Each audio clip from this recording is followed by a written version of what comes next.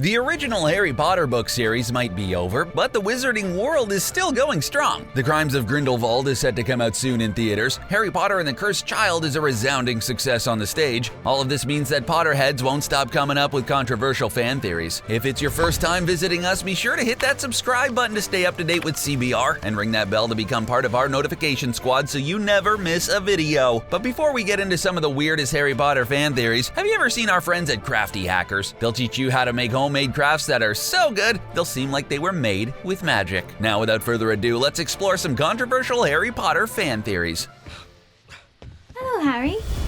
Luna is Draco's sister. We'll start with the wackiest and also least likely. It's not entirely clear if this is a fan theory with much currency. Still, we did find some fanfics out there where Luna Lovegood, the space case Ravenclaw in Ginny Weasley's year, is the long-lost sister of Draco Malfoy. According to the books, Luna Lovegood was raised by her father, Xenophilius, after her mother died when she was young. It's one of the reasons she can see the Thestrals in Order of the Phoenix. But we know that Luna's mother, Pandora, died in 1991 in a freak magical accident. One of her spells backfired, killing her when Luna was 9 years old, or so goes the story we hear from Luna. Thing is, there's no established genealogy for the Lovegoods, the way there is for the Weasleys or even the Potters. We know Malfoy's family is related to many of the pure blood families like the Blacks. We know the Potters are related to the Peverils, an ancient family of wizards that figure prominently into the Deathly Hallows legend. But we have no genealogy for Luna that goes further back than her immediate parents. So could Luna be Draco's long-lost sister? Did Xenophilius have an affair with Narcissa Malfoy? Did Pandora cheat on Luna's dad with Lucius Malfoy?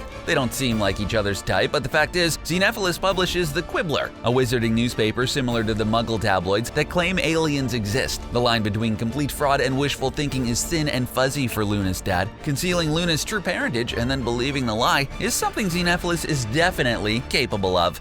Let the feast begin. Harry's class size. Hogwarts is a big school that accepts at least 1,000 wizards into its magical halls. Yet we only really get to know 10 or so Gryffindors in Harry's class. According to the math, there should be at least 35 in his year alone. Maybe J.K. Rowling wanted to keep things simple by only introducing us to the students who are relevant to Harry's time at Hogwarts, or maybe there's an even creepier reason. According to some fans, Harry's class is so small because the children in it were born during the Wizarding War. That was a dark time when Voldemort was killing hundreds of wizards at a time in an already small wizarding community. This means there would be fewer wizarding parents in the early 80s to give birth to wizard children, ensuring Harry's class is smaller than it normally would be. Look, if there's one thing that's a little off about Harry Potter, it's the sense of scale. The wizarding world is small enough that everyone seems to know each other. At the same time, however, they still have a huge bureaucratic state that's big enough to rule over millions. The Ministry of Magic is too huge for a society that only has 1,000 kids or so at a time. So how big is Harry's class? We'll never know for sure, but the theory is very compelling. Trust me. Trust me. Ron is Dumbledore. Ron Weasley seems like the opposite of Dumbledore. Ron is street smart sometimes, but not very wise. Dumbledore seems like the complete reverse. Yet some fans think Ron is just a time-traveling Albus Dumbledore. This theory, also called the Knight to King theory, emerged in 2004. It rests on the game of wizarding chess Ron plays near the end of the first book. He takes on both the role of the knight and the king. Metaphorically, this represents the roles both Ron and Dumbledore play in the books overall. Ron is a knight in the Wizarding War, and Dumbledore a leader or a king, if you will. But the theory gets even more bonkers. Some believe that Dumbledore's ideal Christmas gift of warm socks comes from bad memories of secondhand clothes Ron experienced as a kid. Lastly, maybe Dumbledore is so knowledgeable because he just keeps jumping back and forth in time. Of course, that doesn't quite explain how he comes to look like a kid when he travels to Harry's present. Scratch beneath the surface, and this theory is really just grasping at straws. The Potter series is essentially mystery books disguised as children's fantasy. They leave red herrings and clues to keep you guessing until the end. No wonder fans have so many theories like this. Ultimately, J.K. Rowling herself shot down this particular theory in 2005. He then greeted death as an old friend and went with him gladly, departing this life as equals. The Spirit of Death.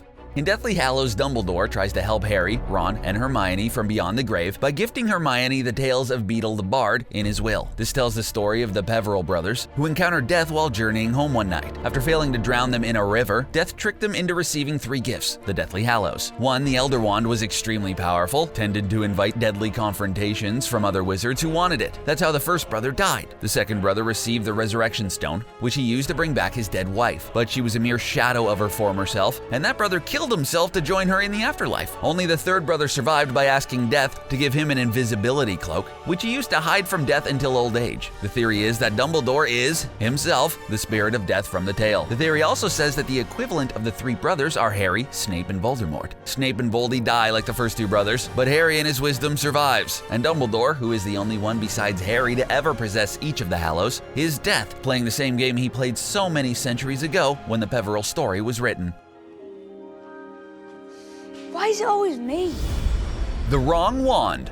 Before Order of the Phoenix, Neville Longbottom is the black sheep in the Gryffindor family. Always forgetful and lacking any confidence, he consistently fails to perform magic properly. Don't worry, Neville, it happens to all guys every now and then. People even think he might be a squib, a child of wizards who can't do magic. It's only after we learn about how his parents were tortured into insanity by Bellatrix Lestrange that Neville's trauma becomes more understandable. It's also in Order of the Phoenix when he comes into his own and begins to display actual skill in magic during DA meetings. Well, it's around this time that we learn Neville never bought a wand from Ollivander, the way most wizarding children do. Instead, he inherited his from his father. But Sirius fans know from wand lore that the wand chooses the wizard. So when Antonin Dolohov, a Death Eater, destroys Neville's wand during the battle at the Department of Mysteries, it's logical to conclude he'd need to shop at Ollivander's for a new wand. The book doesn't say it outright, but Neville's spell work is never in question in books 6 and 7. This makes this theory highly plausible. I can touch you now.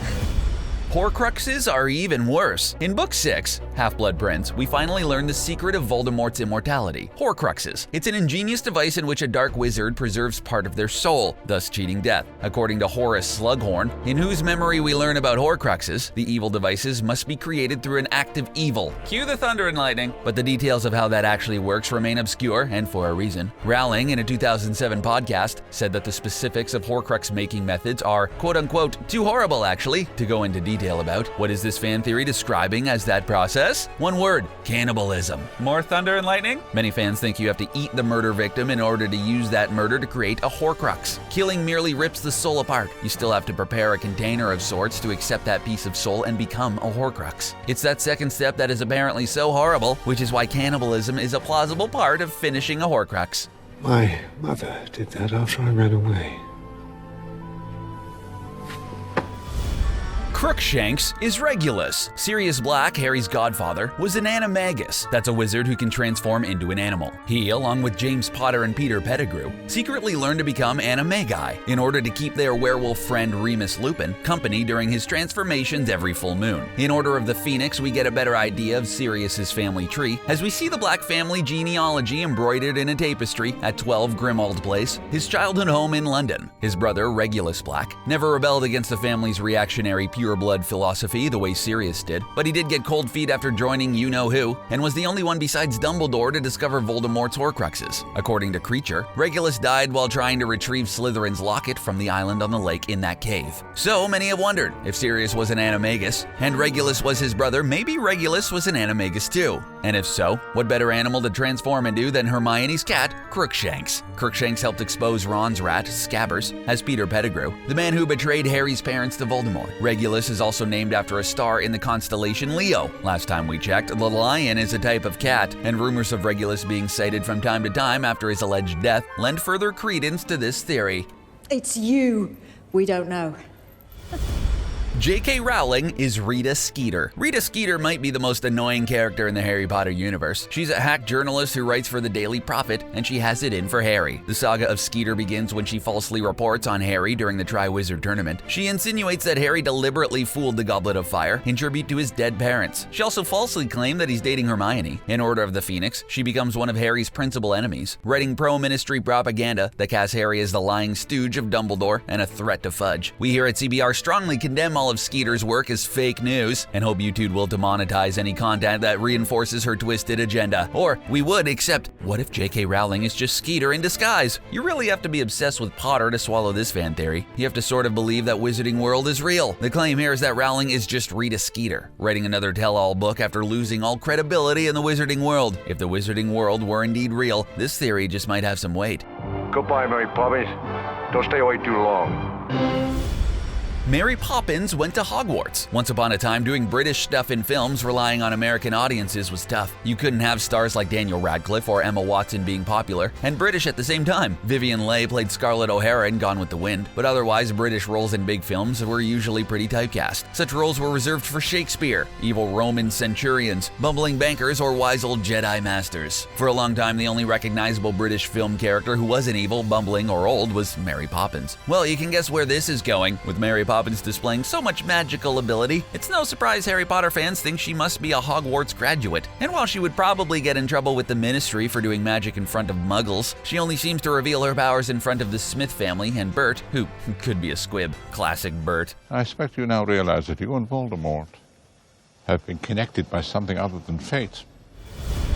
Harry is now immortal. In Order of the Phoenix, we finally learn why Voldemort killed Harry's parents, a prophecy that foretold the coming of the one who could defeat the Dark Lord. Among the details in the prophecy, one crucial line stands out, and either must die at the hand of the other, for neither can live while the other survives. Fast forward to Book 7, Deathly Hallows. Harry finally manages to kill Voldemort. Crucially, the prophecy doesn't say, and either must die at the hand of the other, or old age. The prophecy never says that life will return to normal for either one, if the conditions of the prophecy are met, which means, if taken literally, the prophecy could imply that Harry is now immortal. In the epilogue of Book 7, Harry's scar no longer hurts, and in Cursed Child, we learn that he lost the ability to speak and understand Parseltongue. So what might Voldemort's death have added to Harry's magical makeup that could lend him to live forever? It's unclear. If he learned the lessons of the book series, Harry would avoid attempting immortality, but what if he has to drink some Sorcerer's Stone as part of his duties as head of magical law enforcement? Maybe some evil immortal force threatens the world, and only Harry can fight it by achieving immortality himself. That couldn't happen if Voldy had killed him first. You probably can't create your own Sorcerer's Stone or Horcrux for that matter, but if you want to craft DIY replicas of your favorite Potter artifacts, you should definitely check out Crafty Hackers. They have this awesome video about how to craft a DIY Harry Potter wand from a pencil. Maybe if Neville had watched that video, he could have gotten a better wand for himself sooner than Book 6. Make sure you check them out and leave them a like. Click in the corner to watch.